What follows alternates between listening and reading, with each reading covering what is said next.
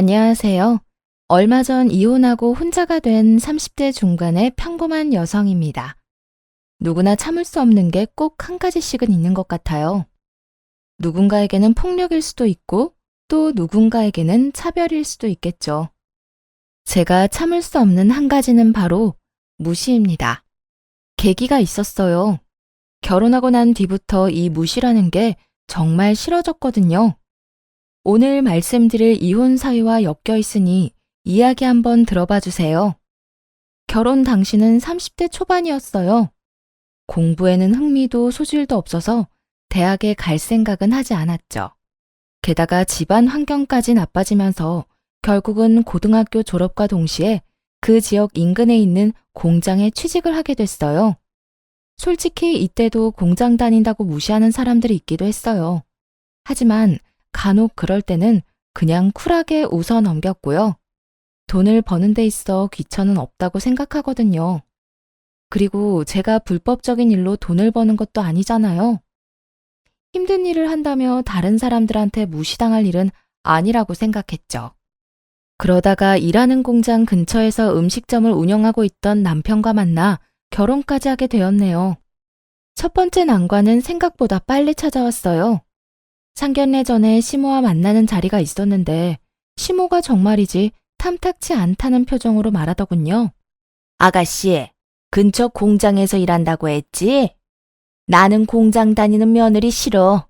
그러니까 결혼하면 그 일 하지 마. 솔직히 당황스러웠어요. 차라리 결혼을 반대했다면 화를 내며 자리를 박차고 나갔을 텐데 그게 아니라 직업이 마음에 들지 않는다는 이야기였으니까요.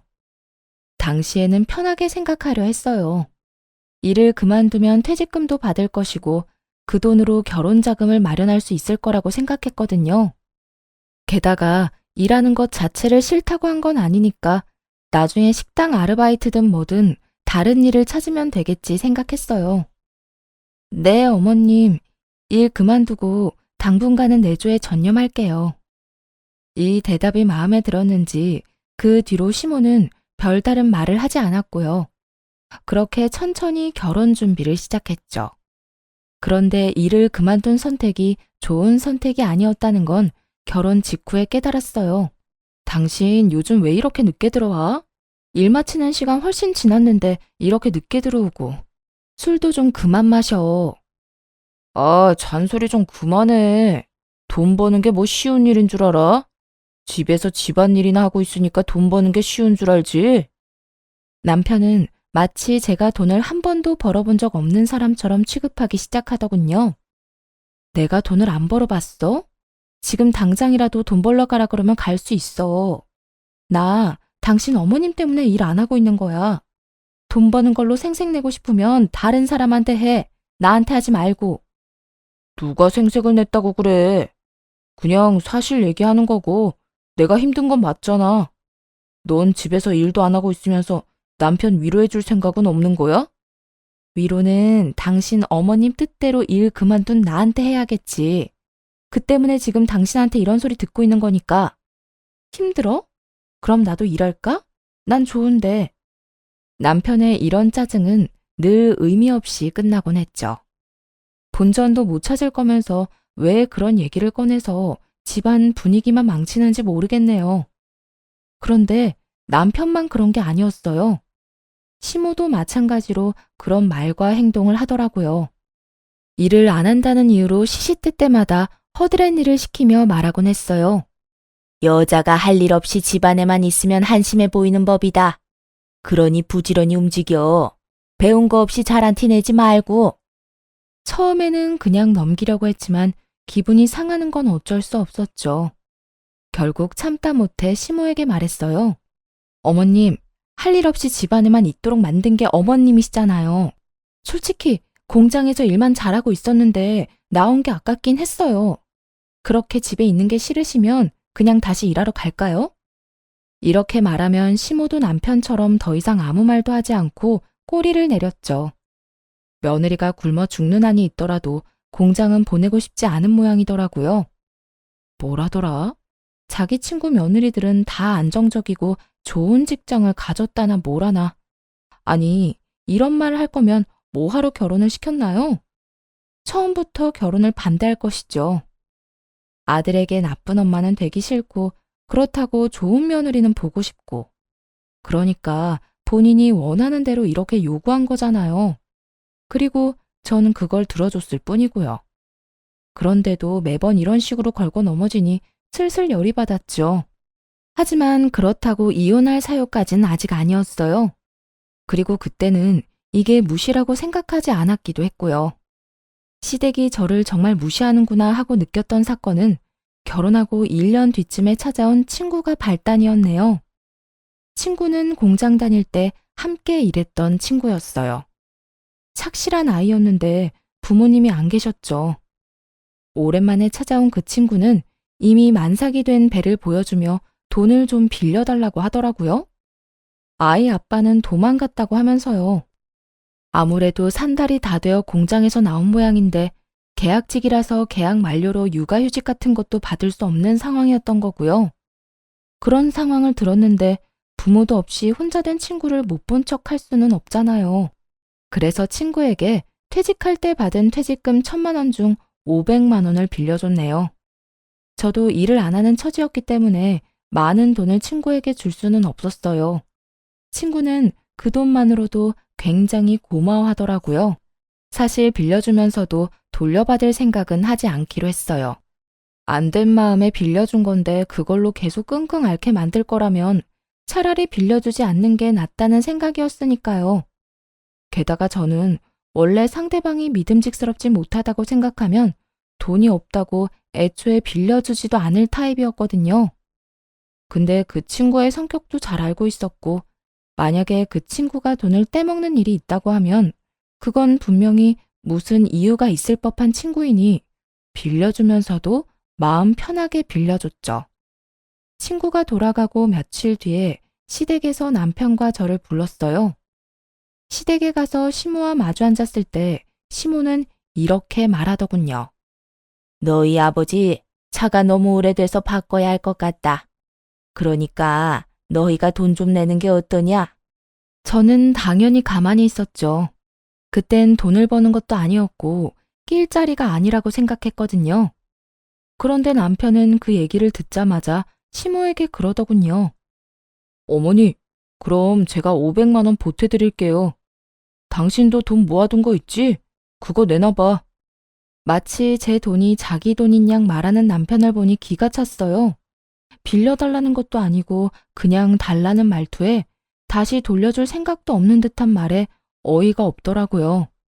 무엇보다 시부차를 사는데 제 돈을 쓰는 것도 내키지 않았어요. 시모에게 이런저런 스트레스를 받고 있던 상황이라 더 그랬죠. 그래서 남편에게 말했어요. 나 모아둔 돈 친구한테 얼마 전에 빌려줘서 없어. 이 말이 끝나기가 무섭게 시모가 엄청난 욕설을 퍼부었어요. 너 미쳤어? 넌 가정도 있는 애가 어떻게 친구한테 돈을 빌려주니? 사회생활을 안 해서 그런지 돈 쓸 줄을 몰라. 얼마나 빌려줬는데? 500만 원 빌려줬어요. 차용증은 받았어? 차용증도 안 쓰고 빌려준 거야? 가족도 아니고 남한테 돈 빌려줘서 돈 받을 수 있을 거라고 생각하니? 네 친구라고 해봤자 공장 다닐 때 만난 친구밖에 더 있겠어. 이래서 못 배운 애들은 아무것도 모른다니까. 너 을이라고 하면 뭐든 다 되는 줄 아니? 우정이 밥 먹여줘? 누가 뭐래도 가족이 제일 소중한 거야. 친구에게 돈을 빌려준 것뿐인데 시모는 저를 완전히 모질이 취급하며 못 배운 사람이라고 몰아세우더라고요. 어머님, 어차피 그 돈은 제가 짜투리 돈으로 모은 거예요. 부업하거나 파트타임으로 틈틈이 일해서 받은 돈이요. 제가 제 돈 모아서 쓴다는데 뭐가 문제예요? 사치를 하는 것도 아니잖아요. 시모에게 이렇게 따지자 이번에는 남편이 버럭 화를 내더군요. 왜 문제가 없어? 당연히 돈을 벌었으면 가족을 위해서 써야지. 그 당연이라는 말에 정말 화가 났네요. 남편에게는 지 부모는 언제나 당연히 도와줘야 되는 사람들이고 제 부모님은 해주기 전에 뭔가 따지고 재게 되는 사람들이었거든요. 가족? 그래, 당연히 가족을 위해 쓸 수 있지. 그런데 당신, 우리 부모님이 돈 빌려달라고 했을 때는 이것 때문에 안 된다, 저것 때문에 안 된다며 퇴짜만 놓더니 그런데 아버님 차 때문에 돈 필요하다니까 바로 500만 원 내겠다고? 너한테 우리 부모님은 가족도 아니지? 친정 부모님 이야기를 꺼내니 남편은 화를 내다가 멈칫하더라고요. 하긴 자기가 생각해도 그럴 수밖에 없었을 거예요. 바로 얼마 전 일이었거든요. 친정엄마가 집에 세탁기가 고장났다며 수리하는 것 때문에 전화를 해온 적이 있었어요. 솔직히 10년 넘게 쓴 가전이기도 했고 한 대 바꿔드리고 싶었죠. 그래도 남편에게 먼저 물어봤고요. 모아둔 돈으로 부모님을 도와줘도 되겠냐면서요. 그랬더니 요새 장가가 안 되느니 어쩌느니 하며 안 된다고만 하더라고요. 그래서 열받아서 그 후로는 남편한테는 더 이상 도와달라고는 하지 않았고요. 그리고 제가 모아놓은 돈으로 세탁기를 한 대 놔드린 일이 불과 얼마 전이었네요. 그거랑 이거랑은 다르지. 어쨌든 당신이 친구한테 돈 빌려준 건 정말 잘못한 짓이야. 당신이 그 친구한테 사기당한 거라고. 어휴, 뭘 알아야 내가 말을 하지. 세상이 얼마나 무서운지도 모르지. 여전히 사람을 모지리로 몰아가는 남편놈을 보며 콧방귀를 뀌었네요. 내 돈 어디다 쓰는지 상관하지 말고 당신이나 차용증 잘 받아. 어머님한테 빌려주면서 가족이면 사기 안 치는 줄 알아? 아, 가족끼리 무슨 차용증이야. 그리고 너 말이 웃기다. 우리 부모님이 사기칠 사람으로 보여? 그럼 우리 엄마는 돈 안 갚을 사람처럼 보여서 돈 안 빌려줬어? 친정엄마 이야기를 다시 하자 또 깨갱하는 남편놈이었어요. 그런 남편놈이 한심해서 한마디 했네요. 돈 빌려주고 차용증 받으라는 거 어머님이 하신 말이잖아. 왜 나한테 화내고 난린데? 왜? 같은 말이라도 당신 가족이 하는 말이랑 생판 남인 내가 하는 말은 다른 것 같아? 왜 이렇게 사람이 못되게 변했어? 당신 이런 사람 아니었잖아. 대체 왜 우리한테 이런 식으로 뾰족하게 구는 건데? 양심이라는 게 있으면 그딴 말 나한테 못하지. 당신도 당신이 모은 돈으로 나한테 상의 한마디 없이 잘 쓰잖아. 쓰고 싶은 대로 알아서 써. 대신 내가 모은 돈에는 관심 끄고. 돈 벌지 말라고 해서 일 그만둔 게 누구 때문인데 일 안 한다고 나를 무시해? 누가 무시했다고 그래. 우린 그냥 당신 생각해서 그런 거고. 날 생각했으면 공장 다니는 며느리가 부끄럽다고 할 게 아니라 공장 다니는 거 하나도 부끄럽지 않다고 말해줘야 하는 거 아니야?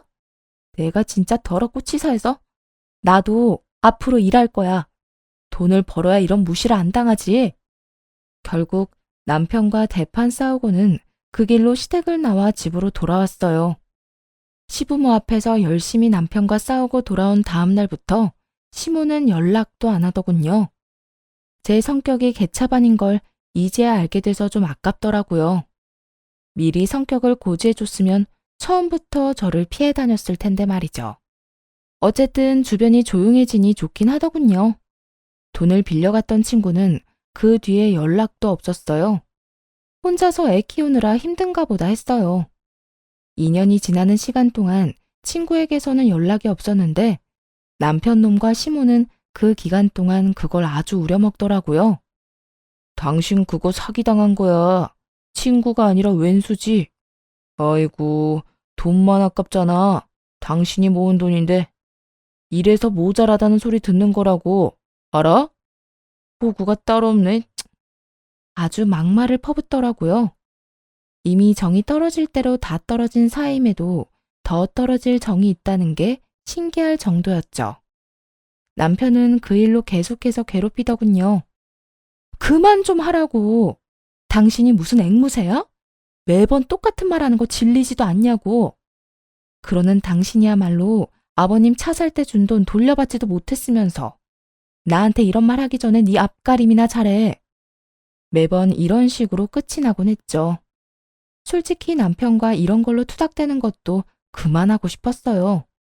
그 돈 한 번 빌려줬다고 사람을 모지리로 만들다뇨. 남편의 외삼촌이 찾아온 날이 있었어요. 남편을 찾아왔나 싶었는데 그게 아니라 저를 콕 집어서는 잠시 이야기를 나눴으면 한다는 거예요. 이상하다 싶었지만 친인척이니 알겠다고 하며 이야기를 들었죠. 그런데 처음부터 이상한 말을 꺼내더라고요. 질부, 내가 요즘에 하는 재테크가 있어. 혹시 돈 불리는 일에 관심 있으면 내가 도와줄 수 있을 것 같은데. 어때? 이야기 한번 들어볼래? 지금 다른 친척들도 다 하고 있는 거라서 질부도 꼭 혜택 받았으면 좋겠다 싶어서 찾아온 거야. 재테크요? 어떤 식으로 돈 버는 건데요? 관심을 보이자 설명을 해주는데 아무리 들어봐도 사기 같더라고요. 돈을 자기한테 주면 자기가 그 돈을 다른 곳에 투자해서 이익이 생기면 매달 투자 수익을 돌려준다고 하더군요. 그렇게 이야기하면서 주변에 이거 하는 사람들 매달 받아가는 이자가 엄청나다고 하더군요. 지금 투자 중인 사람들에게 받은 감사하다는 대화 내용이랑 통장 거래 내역 같은 것까지 싹 다 보여주더라고요. 거기까지 볼 때는 그럴싸해 보였죠. 다만 문제는 집에서 놀면서 본 TV 프로그램 중에서 그런 식으로 사기치는 인간들이 있다는 걸 봤었다는 거죠. 들으면서 곧 이 이야기가 순전히 거짓말이라는 걸 알아챘어요. TV에 나온 것과 아주 똑같은 수법이었거든요. 물론 사기가 아닐 수도 있지만 이상하잖아요. 남편의 외삼촌이 갑자기 저를 찾아온 것부터가요. 그렇다고 해서 없는 돈을 빌려줄 수도 없는 노릇이기도 했지만요. 이야기를 다 듣고 나서 거절했어요. 좋은 기회인 것 같은데 저는 못할 것 같아요. 지금 당장 짜투리 돈도 없고 제가 돈 쓰면 싫어할 사람이 있어서요. 그러지 말고 잘 생각해봐. 이런 식으로 돈 벌면 진짜 순식간이야, 순식간. 죄송해요. 저는 도움을 드리지 못할 것 같아요. 다른 사람한테 이야기해보세요. 에휴, 질부가 아까운 기회를 놓치네. 그래, 알겠어. 그러면 나한테 혹시 돈 좀 빌려줄 수 있겠나? 돈이요? 그 이야기 듣는데 어이가 없었네요. 방금 전에 돈 없다고 거절했잖아요. 그러면 알아들을 것이지 갑자기 또 돈을 빌려달라뇨?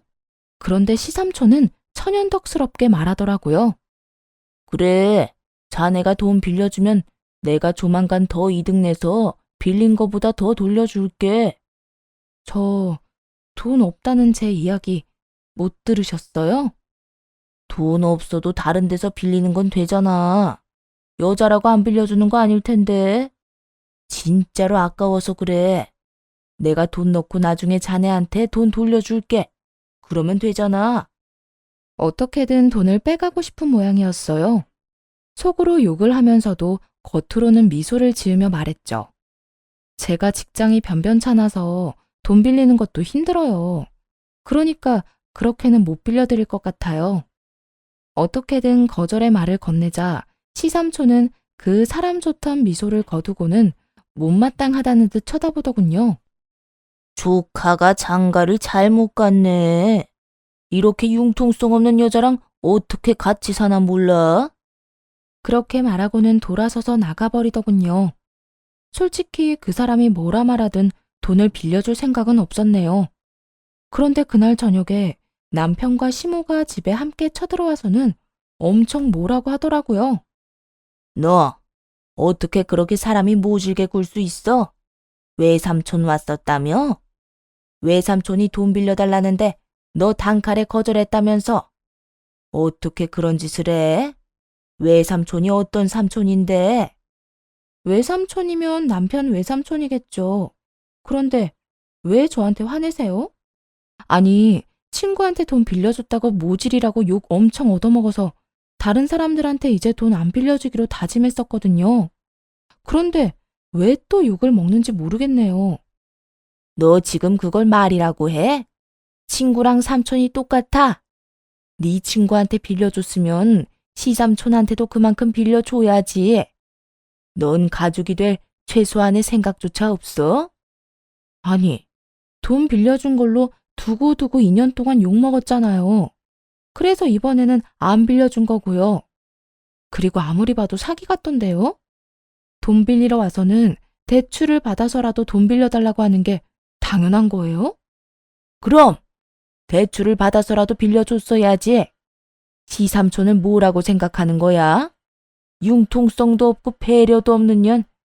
내가 왜 너 같은 것을 우리 아들하고 결혼시켰나 몰라. 환장하는 시모 옆에서 남편은 열심히 기름을 들이붓고 있더군요. 당신 진짜 왜 그래? 삼촌이 우리한테 얼마나 잘해주는데 당신이 뭔데 마음대로 행동해서 초를 쳐? 적어도 예의 바르게 행동했어야 할 거 아니야. 삼촌이 얼마나 빈정상했는지 알기나 해? 웃기고 있네. 당신한테 잘해줬지 나한테 잘해준 것도 아니잖아. 아는 거라고는 얼굴뿐인 사이에 찾아와서 투자 이야기에 돈까지 빌리려고 하는 사람을 내가 어떻게 믿어? 당신이야말로 날 뭐라고 생각하는데? 이러지 좀 마. 왜 이렇게 삐딱하냐고. 삐딱해? 그리고 내가 당신 삼촌 뺨이라도 때려가며 거절했어? 내가 화라도 냈다고 하든? 나 당신 얼굴 봐서 웃으면서 안 된다고 돌려서 간곡하게 거절했어. 그런데 뭐? 도대체 뭘 듣고 와서 사람을 모함하는 거야? 됐으니까 이혼해. 사람 무시하는 것도 모자라서 이제는 모함까지 해? 지금 네가 왜 이혼 이야기를 꺼내? 당신이 뭘 잘했다고 이혼해달라는 거냐고. 그럼 못한 건 뭔데? 아무리 봐도 사기 수법 같길래 투자도 안 하고 돈도 안 빌려준 건데 지금 내가 잘못했다는 거야? 돈을 빌려줘도 가족인 당신이 빌려줘야지. 난 못 믿으면 못 빌려줘. 내 돈 못 돌려받으면 당신이 책임질 것도 아니잖아. 우리 삼촌이 왜 사기꾼이야? 삼촌이 지금 우리한테 얼마나 잘해주고 있는지 당신이 몰라서 그러는 것 같은데. 알고 싶지 않다니까. 그리고 솔직히 저번부터 계속 이혼 생각하고 있었어. 당신이며 당신 어머니며 내가 친구한테 돈 한 번 빌려준 걸로 사골국물처럼 그 이야기 우려먹는 인간들하고 사느니 그냥 속 편하게 혼자 살란다. 그게 내 정신 건강에 훨씬 나아. 우리가 언제 그랬다고 그런 소리를 해. 그리고 그거 빌려주고 돈 못 받은 건 맞잖아. 그래, 내 돈 빌려주고 내가 못 받았어. 근데 그게 너랑 네 엄마한테 욕먹어야 될 이유가 되는 건 아니지. 가족이라면서 사람 흉보고 모자라다고 욕하고. 그게 당신이 생각하는 가족이면 난 당신이랑 가족 안 할 거야. 이 말에 남편놈이 당황하더군요. 자기는 그런 적 없다고 말하고 싶었겠지만 이 언쟁에서조차도 몇 번이나 저를 무시하고 흉봤잖아요. 그러니 아니라고 말할 수 없었을 거예요. 그렇게 시모도 남편도 쫓아냈어요. 그리고 안방에 들어가 화를 가라앉혔죠. 이게 이렇게 크게 터질 일이었나요? 저는 아니라고 생각하거든요. 남편의 외삼촌에게 돈을 못 빌려준 것이 이혼으로까지 이어질지 솔직히 저도 상상도 못했죠.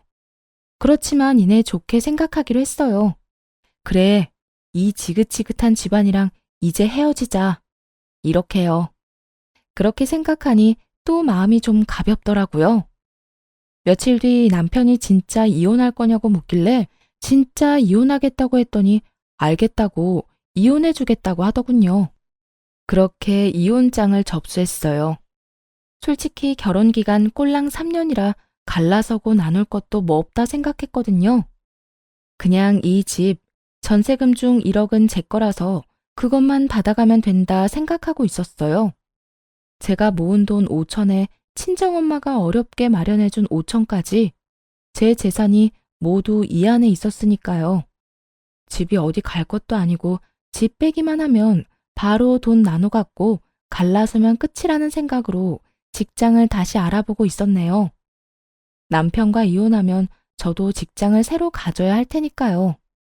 여태까지 시모 때문에 제대로 된 직장도 못 다니고 허송세월 보낸 것도 있으니까요. 제대로 된 직장을 가져보려 했지만 고졸에 경력이 단절된 여성을 뽑는 곳은 많지 않더군요. 그래도 여유롭게 파트타임 알바나 하면서 정규직으로 일할 수 있는 곳을 찾아보고 있었어요. 그런데 그런 저와는 달리 남편의 상황은 그리 좋지 않았나 봐요. 남편은 집에만 오면 초조한 기색으로 전화기만 쳐다보더군요. 누구 기다리는 사람이라도 있나 싶었는데 정말 심각한 표정으로 어딘가에 문자도 보내고 받지 않는 전화도 걸더군요. 묻고 싶었지만 굳이 물어야 나한테 좋을 일은 없겠다 싶어 별말 안 하고 있었죠. 이혼 판결 나면 우리 전셋집은 어떻게 할 거야? 집주인한테 이야기는 했어? 어? 이야기했어. 어차피 계약 기간도 곧 끝나니까 이혼 전에 그거부터 나올 수도 있고. 그래. 그럼 기다리기만 하면 되겠네. 1억 줘야 하는 거 알지? 남편에게 다짐을 받으며 집주인에게도 집 빼고 돈 돌려줄 때 저한테도 연락을 달라고 했어요. 집주인은 그렇게 하겠다고 했고요. 이혼으로 집 재계약 안 하는 거 알고는 붙잡을 생각도 못 하더라고요. 그런데 그렇게 초조한 기색의 남편은 일주일쯤 뒤에 엄청나게 꽐라가 돼서 집에 오더라고요. 술을 자주 마시긴 했지만 그렇게 많이 마신 적은 없었거든요. 완전히 술에 쩔어서 돌아온 남편 놈이 주사를 엄청 부리더군요. 어떻게 이럴 수가 있어?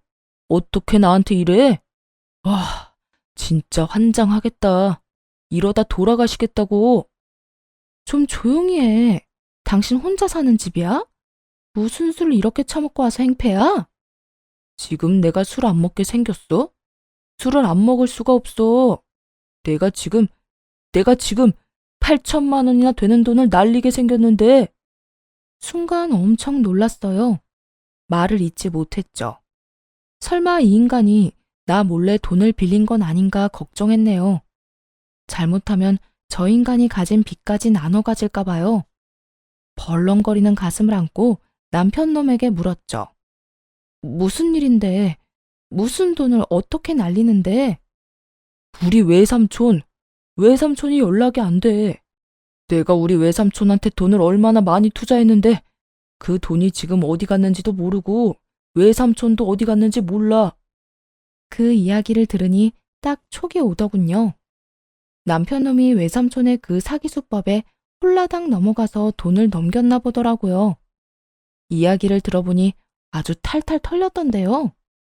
당신 설마 그 사기 수법에 걸린 거야? 내가 그거 분명히 사기라고 하지 말라고 했잖아. 사기인지 아닌지 내가 어떻게 알겠어. 게다가 매달 돈이 들어왔단 말이야. 사실 외삼촌이 저한테 찾아오기 몇 달 전에 남편이 먼저 이야기를 꺼냈던 적이 있었거든요. 당시에 같이 모으던 돈이 있었는데 그 돈을 목돈 만드는 데 쓰고 싶다며 다 빼가고 싶다고 하더라고요. 어떤 걸로 목돈을 만들 거냐고 물었더니 그때 이 이야기를 한 적이 있었죠. 투자를 하면 매일 그 투자한 돈의 수익금의 일부를 돌려주는 재테크가 있다고요. 그리고 매일 조금씩 돌려받을 수도 있고 한 달에 한 번 몰아서 받을 수도 있다면서 자신만만하게 이야기했었고요. 그때 제가 분명히 남편을 말렸어요. 그거 수상하다고요. 아니, 상식적으로 생각해봐도 그렇잖아요. 어딘가에 투자를 했다고 쳐요. 그런데 매일 수익이 생길 수가 있나요? 주식도 코인도 올라갔다 내려갔다 반복하기 마련인데 매일 그 수익률로 준다는 건 거짓말이 분명하잖아요. 그때 분명히 이렇게 이야기를 하며 남편을 말렸거든요. 그때는 알겠다며 그 돈은 포기한다고 했었고요. 그 뒤에 얼마 지나지 않아 시모한테 돈 좀 빌려줘야 한다면서 돈을 뺐어야 한다길래 남편 놈 목만 가져간 적이 있었죠. 물론 전 제 돈까지 시모에게 빌려줄 생각이 없었기에 안 줬지만요. 그 돈도 사기에 다 털린 모양이었어요. 당연히 남편이 그런 일을 안 했을 거라고 생각하고 시삼촌을 만났을 때도 거절했었던 거죠. 남편이 그 사기에 걸려들었을 거라고는 상상도 못했는데 자기 외삼촌 두둔하며 큰 소리 칠 때부터 알아봤어야 했어요. 으이그, 이럴 줄 알았다. 8천을 사기당하고 지금 술 처먹고 이럴 때야? 하긴, 이제 내 일은 아니지. 당신도 진짜 너무한 거 아니야?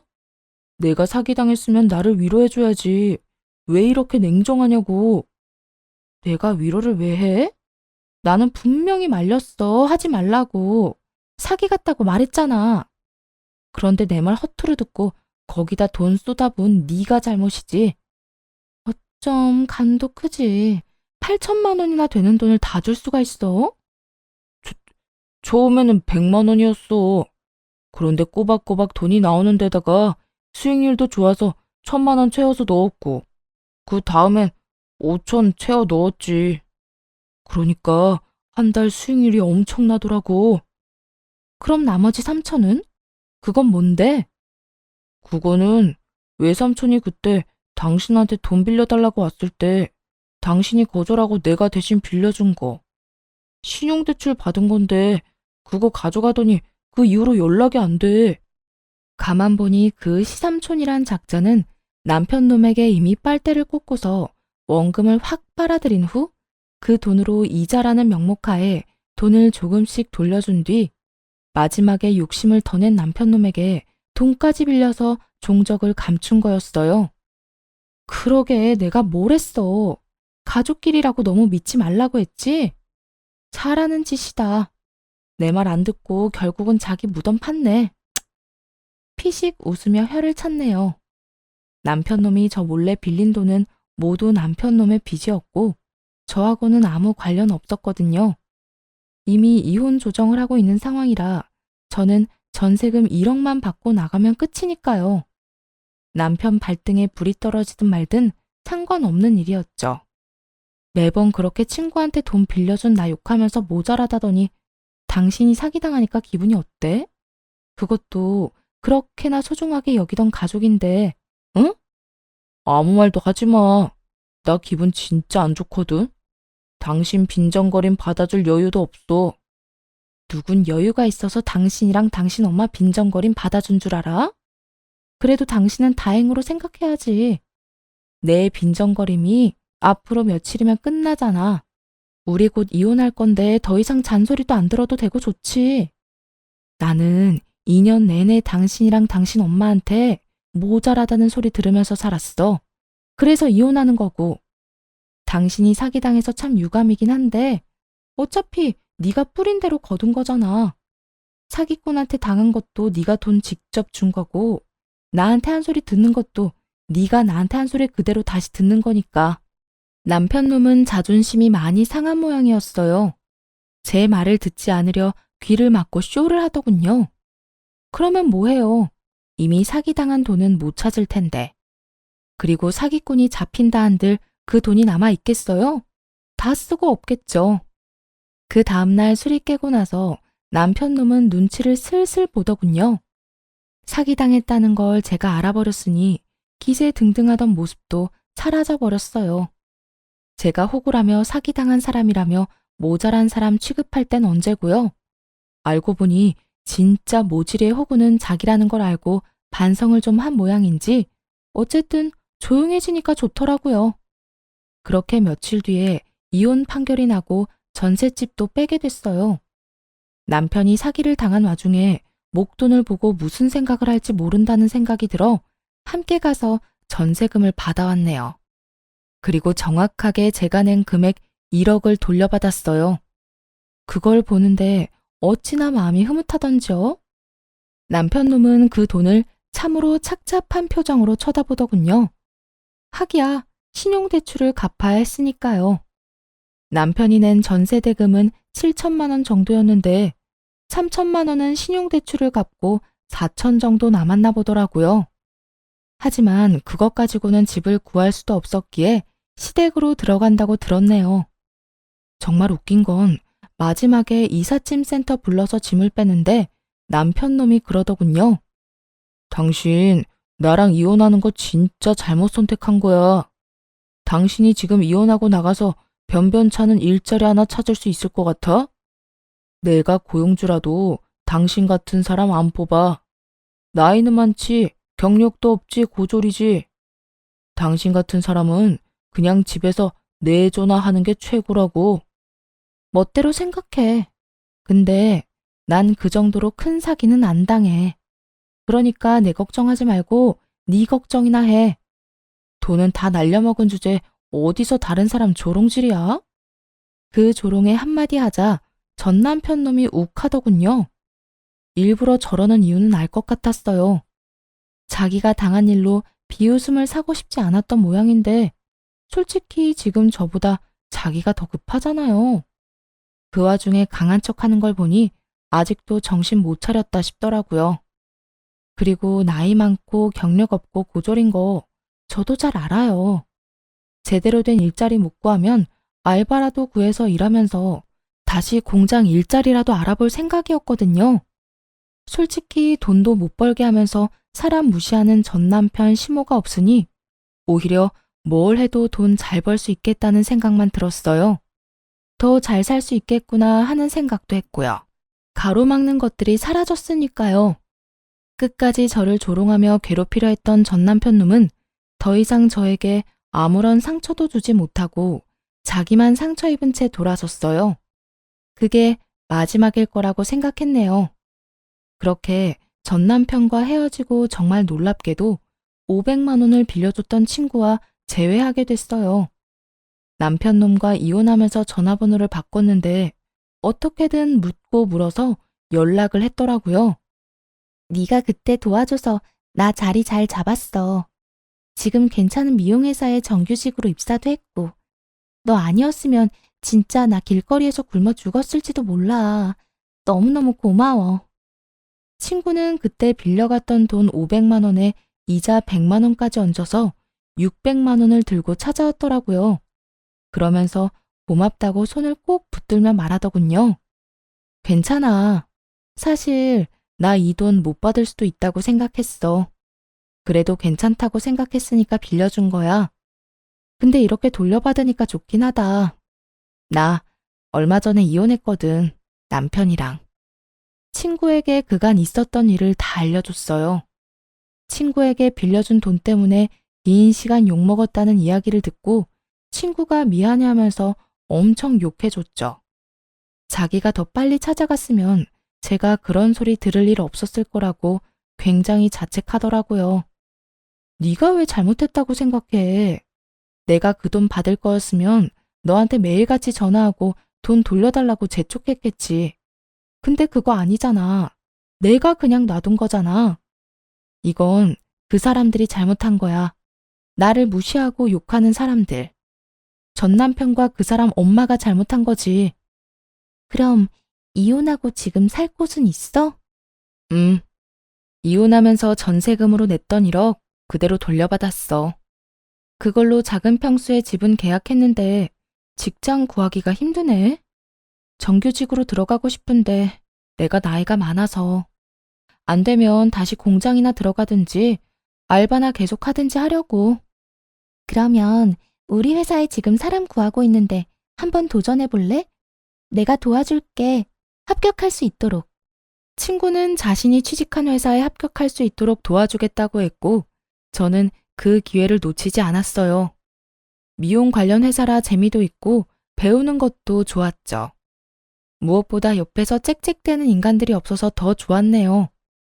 그렇게 미용 회사에 정규직으로 입사까지 했고 정말 아무것도 부러울 것 없는 사람이 됐죠.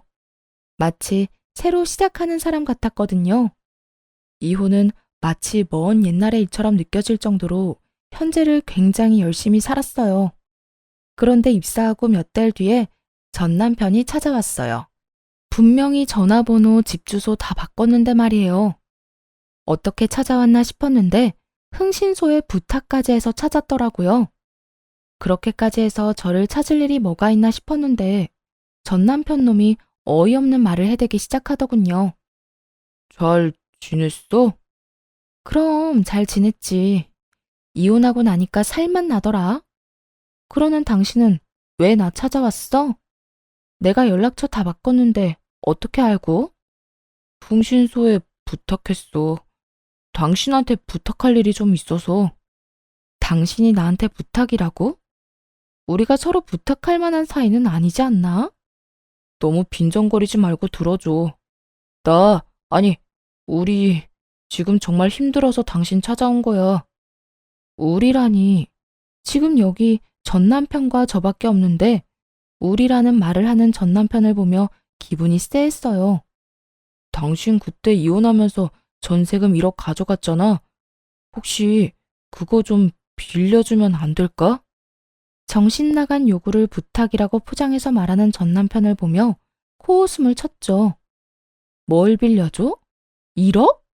내가 그걸 왜 당신한테 빌려줘야 하는데? 우리 그간 가족으로 산 정이 있잖아. 나 진짜로 당신한테까지 돈 빌리러 오고 싶지 않았어. 그런데 상황이 좀 안 좋아서. 그리고 당신도 어차피 지금 아직까지 알바 뛸 거 아니야. 그 돈 빌려주면 정규직 일자리 알아봐 줄게. 이건 정말이야. 제가 정규직 일자리를 못 얻었을 거라고 철석같이 믿고 있더라고요. 그러니 1억과 정규직을 맞바꾸자라는 어이없는 요구를 할 수 있었겠죠.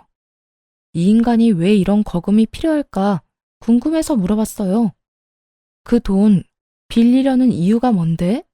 그거 이야기해주면 내가 생각은 해볼게. 물론 빌려줄 생각은 1도 없었지만 전 남편 놈이 왜 1억이 필요한지는 궁금했으니 물어봤죠. 그랬더니 전 남편 입에서는 상상도 못할 말이 튀어나왔어요.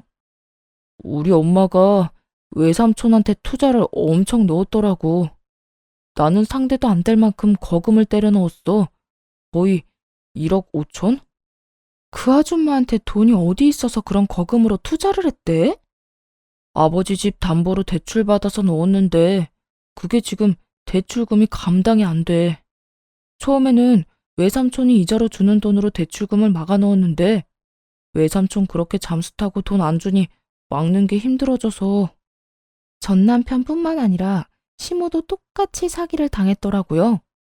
그 이야기를 듣는데 어찌나 웃음이 나던죠. 전 남편에게 이렇게 말했어요. 그래서 나한테 받은 돈으로 그 집 대출 갚는 데 쓰고 그러고 나면 내 돈은 무슨 돈으로 갚을 건데? 그건 매달 벌어서 조금씩 당신한테 주면. 그렇게 받아서 언제 원금을 회수해? 그리고 당신도 잘 알지? 나 사기 잘 당하는 호구인 거. 그래서 말인데 나 그 뒤로 아무한테도 돈 안 빌려줘. 내가 들어먹은 욕만큼 돈 안 빌려주기로 했거든.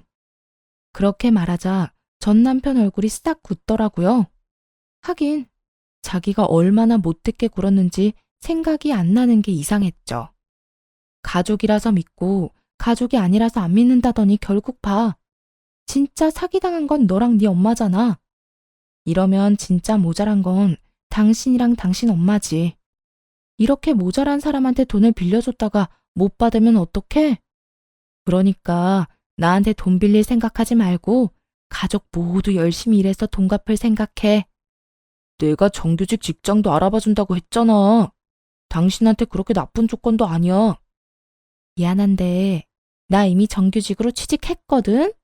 그것도 그렇게 네가 욕하던 내 친구가 마련해준 자리야. 그 친구 너랑 이혼하고 얼마 안 돼서 돈 갚는다고 찾아왔었고 그러니 너한테는 이제 볼 일 없어. 이 말에 남편이 마지막 끈이 떨어진 것 같은 절박한 표정으로 부르더군요. 여보, 정말 한 번만 도와줘. 어? 부탁이야. 이러다가 진짜 우리 집 파산이라고. 누가 하니 여보야. 멍청한 인간아. 정신 차려. 그렇게 욕하고 무시하면서 조롱해댈 땐 언제고 이제 와서 돈 빌려달라고 찾아오면 내가 줄 것 같았어? 나는 당신 정신구조가 참 신기해. 어떻게 나를 찾아올 생각을 해? 당연히 당신이랑은 정이 많이 쌓였고 우리가 완전히 남도 아닌데다가. 남보다 못한 사이였지. 말해주는데 뻔뻔함도 지나치면 병인 거야. 그리고 내 앞길은 내가 알아서 잘 가고 있으니까 당신은 남 걱정하지 말고 네 앞길이나 걱정해. 직장을 구해줘? 그걸로 1억 빌려주면 그것만큼 호구도 재미없지. 호구라고 그렇게 욕하더니 호구 만들려고 작정했어? 그게 아니라 나는 진짜 급하고 힘들어서. 됐으니까 이딴 거지 같은 용건으로 찾아올 생각하지 마. 앞으로 볼 일 없으면 더 좋고. 그리고 니네 집안일은 니네가 알아서 해.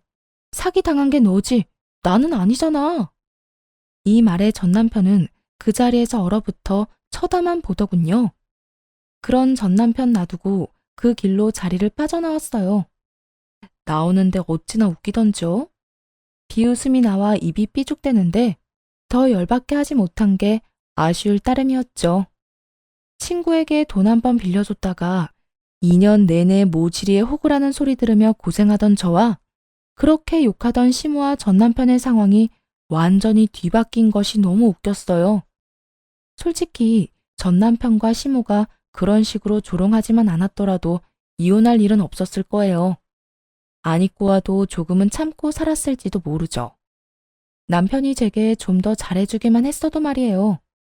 하지만 자기들 앞날은 생각도 못하고 남의 문제만 부각시켜서 조롱하며 탓하던 인간들이잖아요? 결국 자기들한테 일이 터지자 해결도 못하게 됐고요. 사람 앞길 진짜 모르는 거다 싶었네요. 적어도 제가 말릴 때 그만뒀으면 이런 일은 없었겠죠. 나중에 이야기를 들어보니 전 남편도 시모도 결국 그 돈 갚으려다가 결국 몸살에 근육통만 얻어서 병원비만 더 나오는 바람에 그 집을 팔았다고 하더군요. 당연히 시부는 시모와 전 남편을 욕하고 난리 났다고 해요. 제가 시모와 전 남편에게 들었던 욕을 이제는 시모와 전 남편이 고스란히 들으며 그 서름을 다 견디고 있다고 하더라고요. 그 이야기에 그간 가슴에 꽉 들어차 있던 원망과 한이 한순간에 녹는 걸 느낄 수 있었어요. 인지상정이라는 말이 있죠. 제가 느꼈던 분노와 억울함을 고스란히 느끼고 있을 전 남편과 시모에게 아주 박수를 쳐주고 싶을 정도네요. 어떤 이유에서든 다른 사람을 무시하는 건 정말 나쁜 일이에요. 그걸 그들도 깨닫게 돼서 기쁘고요. 글이 길어졌으니 이제 그만 마칠게요. 모두들 행복한 하루 보내세요. 감사합니다.